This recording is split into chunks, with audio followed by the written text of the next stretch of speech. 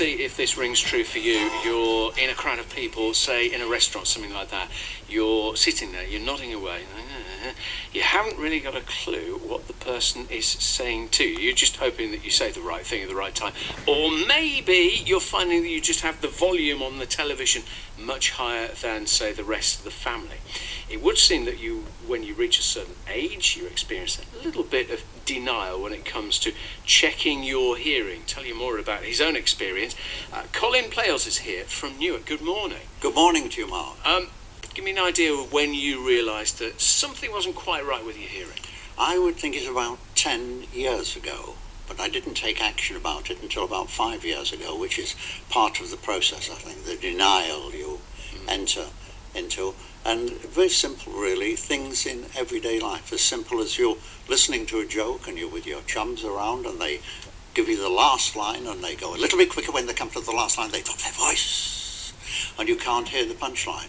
Everyone roars with laughter, apart from you, or you do about 2 seconds later, just to show you're not stupid. And I thought, this is no good. There's something wrong with my hearing, something going wrong. And I found that perpetuated itself in dinner parties, meetings, anything like that, anything where there was a crowd of people, 2 or 3 people there, and I was missing things. And I thought, well, you can't work like this if you've got a bit of a decent job to do, and all of those things. And I found then it manifested itself in different ways. I couldn't pick up children's voices. I couldn't pick up the high notes. I couldn't pick up, if I was at the theatre, younger women's voices, anything in the higher range. So you'd go to the theatre, you'd pay yourself a few bob, for a ticket, and you'd find you couldn't always follow the performance. And that really wasn't good enough. And then it becomes even more complicated and more widespread. And when you're in an airport, you can never understand, even I think, if you've got really good hearing. And that was bad. And the telephone, and there's so many lovely people about now, but who have foreign accents. And if I had a complaint, a major complaint with something, or just information I was seeking, then I found I was simply not able to get my message over, wasn't able to initiate any action, because I couldn't understand what the people were saying to me. And so it came like this, cinema, television, and then this has an impact on other people, not yourself. Your own quality of life is diminished, your ability to communicate is diminished, and the people you live with begin to get fed up with you. I say, oh, I can hear. Yes, I can hear. Oh, no, you can't. I said, well, you're mumbling. No, I'm not. I'm speaking perfectly articulately in this situation. Sounds like you've been in my house. Absolutely. So then you find you're grating on the nerves of people you live with and think, well, I'd better do something about it. And you did, but you didn't straight away. Why was that? Well, I think there is an inertia with people as they get older, and certainly people who are deaf. They put off the evil hour, I think, partially because they think they'll struggle through and it won't get worse, partially because they have misconceptions about what hearing and hearing aids are now about. When I started 10 years ago and couldn't hear properly, with the hearing aids you had were fairly cumbersome, not very pretty pieces of apparatus. Nowadays, of course, they're digital, all Bluetooth and hi-fi and all this sort of thing. Wi-Fi, isn't it? That's right. All of this sort of thing. And so people think that they're still in the age where it can be embarrassing to wear them. And you think it will also be a demonstration of my becoming aged. And I don't want to be aged. I still want to zip around the ice rink at Nottingham now and again, do things like that, even at my age. And so therefore you have this misconception and it prevents you from doing something. You don't want to join the old brigade, but in that case you devalue what wearing hearing aids is about, and you devalue the importance of your own health. Because if you don't do it, you do begin to look stupid, you do miss a great deal, your life force is diminished and lessened, and you really begin, unless you're very, very careful, to become a trifle reclusive, and it doesn't work anymore. So you've got to do something about it, but you put the evil hour off, and then you go for hearing aid test, and you find it simple and straightforward. I've done remarkably well, of course, my professionals like Sarah here, and they can analyze for you quite clearly what has gone wrong. They can computerize your hearing aids separately in either both different, because both of your ears are different, and you can be treated properly, and lo and behold, you come out very, very rapidly, and bingo, you're into a new life. You can hear the clocks ticking again. I was going to ask you about the transformation. Can you describe that as well as the clock ticking? What else are you picking up? There are 2 or 3 things about it, I think. I came out of correct hearing on the morning I had it done, and they fixed me up with a pair of hearing aids, which were perfectly sequenced to my own requirements, but they're only temporary, but we ordered some different ones. And I got in the car, and as I got in the car, closed the door, a motorcycle came past. I nearly died. The sound of the motorcycle coming past, because we all know motorcyclists, dear boys, do tend to be a little bit noisy, but it was so shattering. I thought, I can't believe this, such a dramatic effect. And when I went home, I got home, opened, and I talked about the clocks ticking.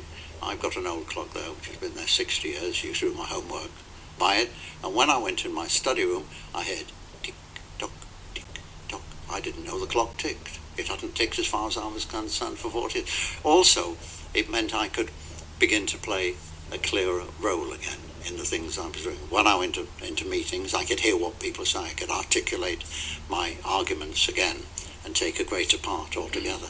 And because it was tailor-made to my own particular difficulties, and with such a good company, they had me back after a fortnight, retested, redid it, readjusted them, and it became acute, more acute, sharper, the hearing altogether, and it was so very, very much better.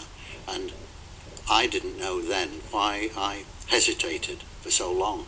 Relations at home became better because I didn't have the television on loud. For you.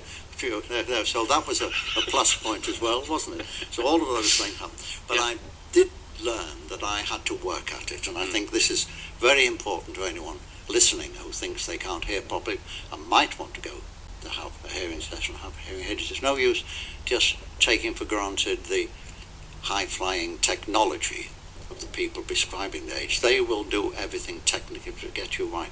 But when you have them and you put them in, it's no use saying, I am cured. You're not. There's nothing like 100% in this situation. But if you get to 95%, that's better than most people. Absolutely. Anyway, and you've got to place yourself in a way where now we are talking across the table here to each other. You've got to watch what that person is saying. You've got to work at that. You've got to see what the body movement is, what the lip movements are like, and then you begin to come back, because it doesn't happen straight away. Sure. I went into one of the main stores in Nottingham a day or two after I'd had the hearing aids fitted, and I couldn't hear the girl behind the counter. I couldn't hear the girl behind the counter, not because the hearing aids didn't work, but because I had become accustomed psychologically to not being able to hear properly. Yes. So you have to make a desperate effort, not a desperate, a determined effort to switch yourself back on. And it can take you 2 to 3 weeks to do that, and gradually you come back into the picture again, and you go, gosh, why didn't I do this 5 years ago? So that really is the whole tale. Yes, yeah. Well, you've described things beautifully so far. We're going to come back and talk. You've already mentioned Sarah, who's here as well, and she will describe this hearing test itself, what's involved, the kind of technology as well. Colin mentioned a little bit of a stigma, I think, which is still there with some hearing aids, and maybe this is something that's concerning you. By all means, get in touch. Not and your message 81333. If you'd like to text, you can always give us a call as well, 9343434. So a bit of a demonstration as to what is involved with this hearing test and the kind of technology that's around nowadays, and why you shouldn't be worried, as Colin was, but hear how his life has been transformed. Before the news, though, you've been hearing Colin's story. Colin is here. He's from Newark. He waited a good few years to get his hearing tested. Noticed that things were deteriorating, and he explained that beautifully, I think, before the news. And since being tested, and since then getting things sorted out, it's made an incredible difference to him. And also, Colin mentioned Sarah. Sarah's here. Sarah Vokes, an audiologist and MD of Correct Hearing in Nottingham. Welcome to you. Is this something you hear quite a bit, especially from blokes? Sometimes we put things off, don't we? Yes, it's quite common to hear, and especially the mumbling. It's always the wife that's mumbling rather than there being a problem with the hearing.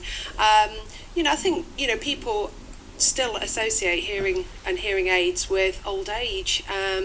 it can affect all ages, from paediatrics right up to geriatric patients. It's not just a one set age group.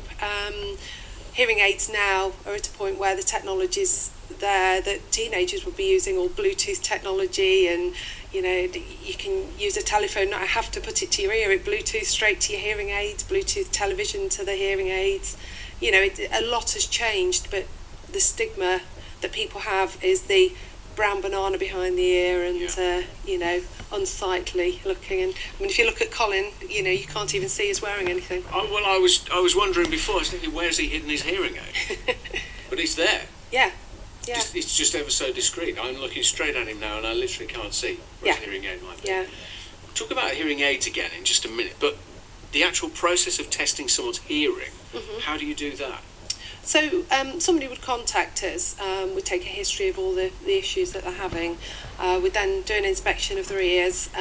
This is all very important to make sure there's no medical issues as to why they've got a hearing loss.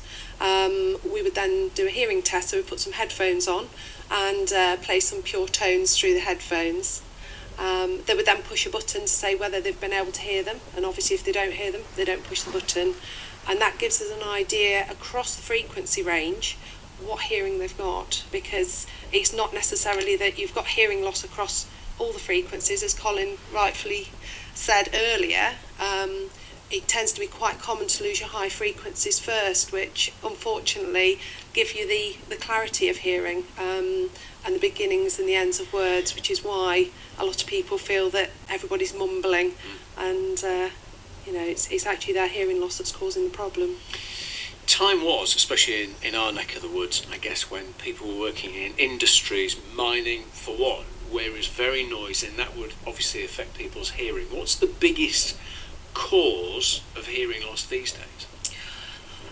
It does vary. I mean, obviously, now a lot of people are wearing headphones, especially teenagers going to loud concerts, things like that. There is an element of noise damage. As you get older, your hearing, can deteriorate, although you can have 90-year-olds that've got perfect hearing. You can have people where it's a medical, I lost my hearing in my left ear due to meningitis. So, it can be a medical, it can be trauma through an accident.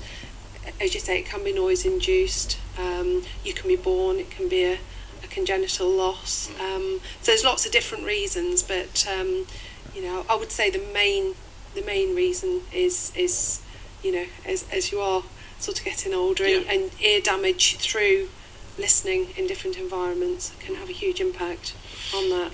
So these hearing aids now, as you say, I suppose the biggest difference has been the technology and how discreet they are. So where is Colin's hearing aid? Is it sort of tucked away? Satisfies my conceit, sir. Oh, really? It's actually behind his ear.